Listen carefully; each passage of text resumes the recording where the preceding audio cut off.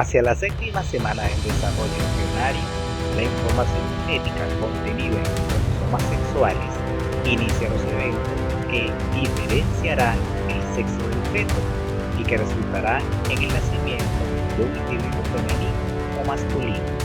Sin embargo, este proceso en ocasiones puede experimentar cambios que llevan a un resultado final distinto y, en consecuencia, un individuo genéticamente masculino terminará naciendo con genitales externos y género completamente femenino. Hoy conocerás acerca del síndrome de insensibilidad androgénica. Es conocido que dentro de los juegos de cromosomas que constituyen al ser vivo se encuentran los cromosomas sexuales, conformados por los de tipo X y tipo Y. La combinación de dos cromosomas X da como resultado un individuo femenino, mientras que la combinación XY produce un individuo masculino.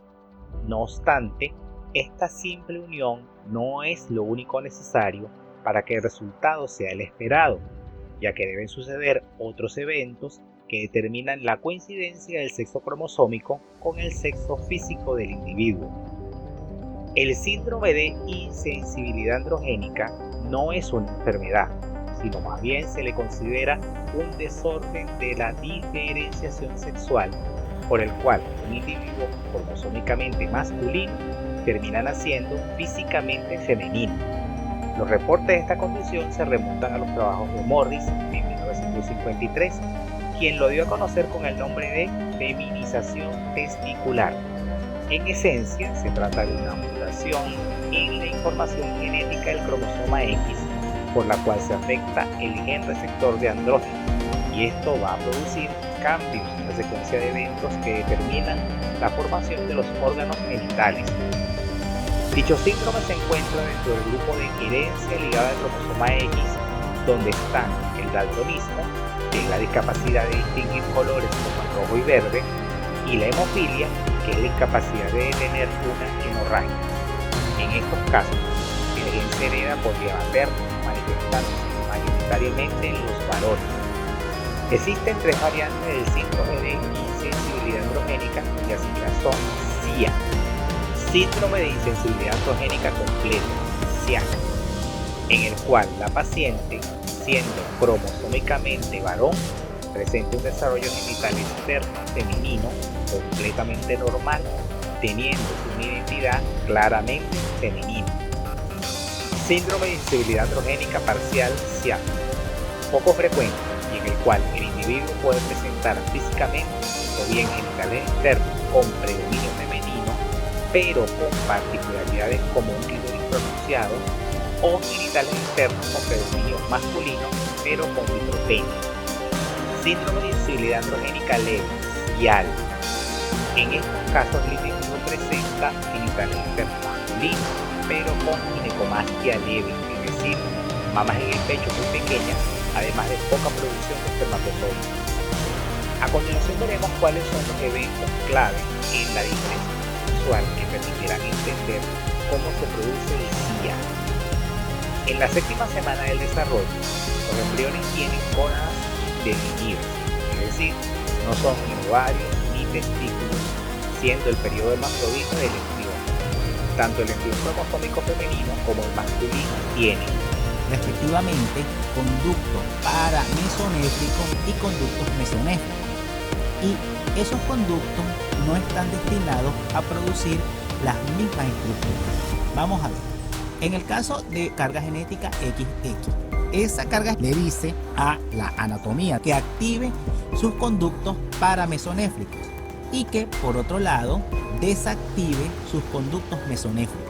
Si el individuo cromosómicamente es XX y esa información dice que se active el conducto paramesonéfrico, este señor, cuando lo activan, se encarga de formar la trompa uterina, el útero y la vagina, es decir, sus genitales externos femeninos.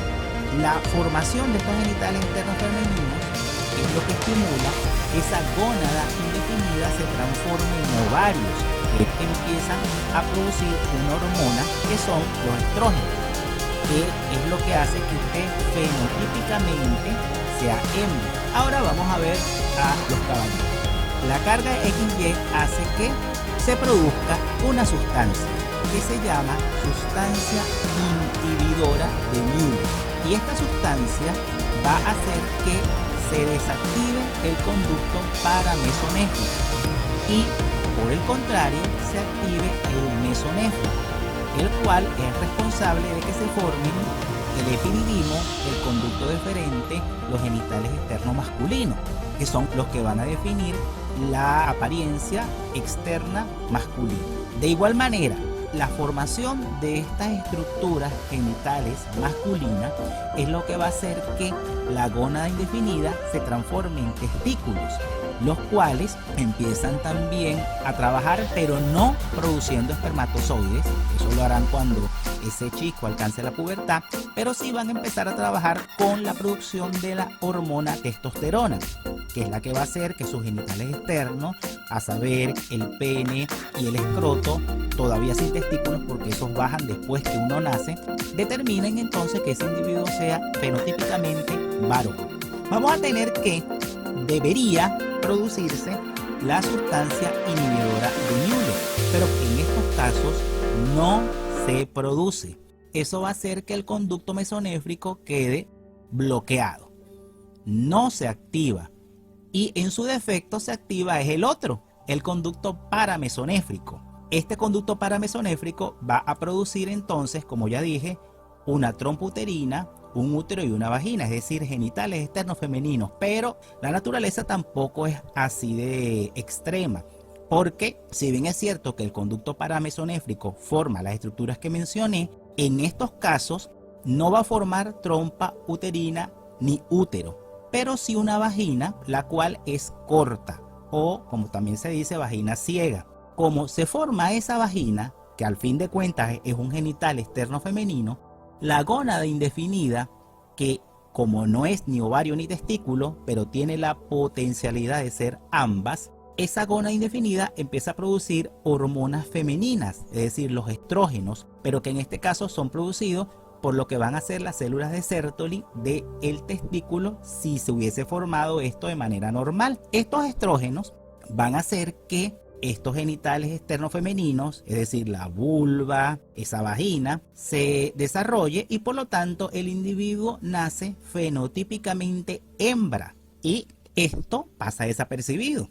Esa chica va a crecer como toda niña, sus inclinaciones femeninas y va a llegar adolescente y físicamente es como cualquier chica que haya nacido sin esta condición. Pero el problema se va a presentar cuando llegue el momento de la pubertad, donde ya sabemos que debe aparecer la primera menstruación. Como esta chica no tiene útero, obviamente no va a producirse la menstruación. Y eso debería ser una primera señal de alarma, tanto para ella como para su familia, porque obviamente llega el momento del desarrollo, no te está viniendo la menstruación, vamos para el ginecólogo.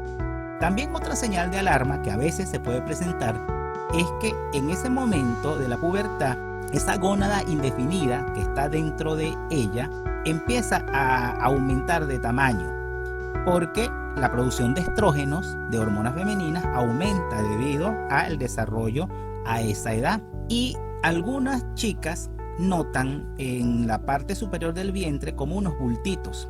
A veces se los pueden palpar y en algunos casos, muy pocos, a veces se notan. Y obviamente esto es señal de alarma. En cualquiera de los dos casos, la chica va a su ginecólogo de confianza y allí le harán los exámenes respectivos y es donde el profesional se dará cuenta de que, número uno, ella tiene una vagina corta y ciega, es decir, no tiene útero, no trompa uterina, y si se dio el caso de los bultitos que acabo de explicar, ya el ginecólogo debe saber por dónde van los tiros porque ese es un signo patognomónico del síndrome de intolerancia o insuficiencia androgénica. También dentro de los exámenes especiales está el cariotipo, es decir, una imagen de todo el juego de pares de cromosomas del individuo en donde, en este caso, se evidenciará la fórmula 46XY, o sea, 46 pares de cromosomas en un individuo cromosómicamente masculino con genitales externos y conducta femenina. Los tratamientos son a 3 niveles. El primero es, en el caso de esta gónada indefinida que dije que presentaba bultitos en el vientre, siempre cuando ya se diagnostica esta condición, se decide extraerlas quirúrgicamente. Esas gónadas, al quedarse allá arriba, pueden correr el riesgo de transformarse en tumores cancerígenos. Por esa razón hay que sacarlas. Pero como esas gónadas indefinidas precisamente estaban elaborando las hormonas femeninas que hacen que estas mujeres se vean como mujeres, entonces necesitan una administración complementaria, suplementaria de hormonas femeninas para que justamente sus rasgos femeninos se mantengan. Hay grupos de apoyo de terapia psicológica que están listos para estos casos, porque obviamente el tú saber, usted cromosómicamente es un hombre, eso a cualquiera le va a impactar, por no hablar de la familia. Entonces existen grupos de apoyo psicológico que ayudan justamente a esa idea, asimilarla, aceptarla y que bueno, simplemente no eres un bicho raro, simplemente fue una mala pasada cromosómica, pero que la vida sigue y tú vas a poder desarrollar tu vida plenamente, obviamente con la limitación de que siendo mujer fenotípicamente sabes que no puedes tener de forma natural hijos. Ya las opciones tendrían que ser mediante adopción o maternidad subrogada, dependiendo de la legislación de cada país. Según las estadísticas, para la Unión Europea, la incidencia del SIAC es de 1 a 5 casos por cada 100.000 recién nacidos vivos varones. Para la Federación Mexicana de Enfermedades Raras, la prevalencia es de 1 caso por cada 20.000 a 99.000 varones recién nacidos vivos, y para Orphanet 13 casos por cada 100.000. Y con esto me despido hasta el próximo video, no sin antes recordarles dejar su like, comentar, que ayuda mucho, y suscribirse activando la campanita para que sepas cuando publico nuevo video. Acá te dejo uno que podría interesar.